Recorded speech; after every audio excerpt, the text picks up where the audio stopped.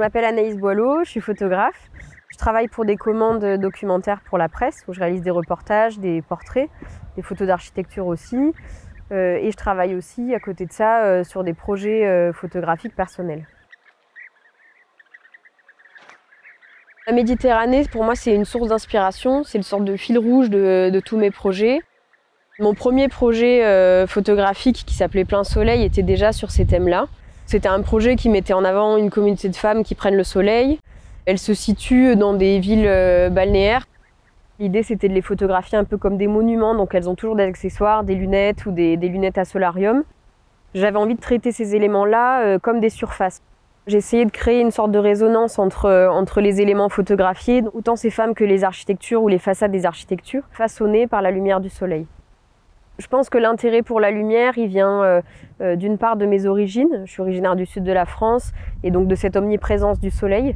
Mais au-delà de ça, ça me permet, en photographiant, en fait, de venir vraiment apporter de la profondeur dans l'image. On va avoir des ombres qui se créent. Et en fait, ce jeu-là de lumière, moi, m'intéresse beaucoup. Ça va venir créer des formes que j'essaye de mettre en avant comme des éléments à part entière de l'image.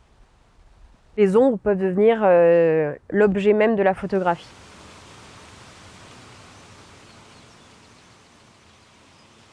C'est une ville balnéaire, donc en bord de mer. C'est très présent dès le début de ma pratique photographique.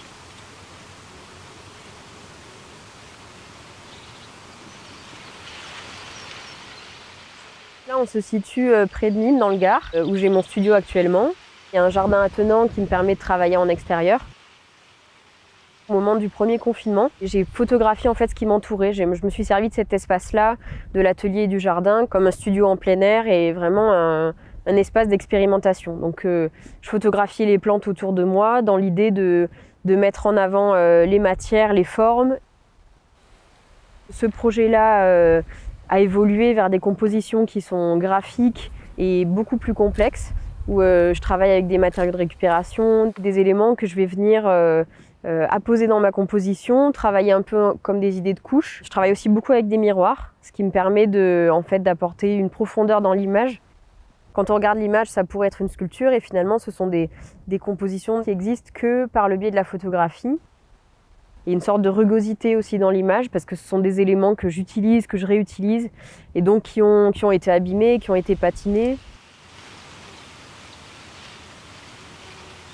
Cette image est issue donc de ma dernière série. On a un amoncellement de découpes qui viennent perdre la personne qui regarde l'image.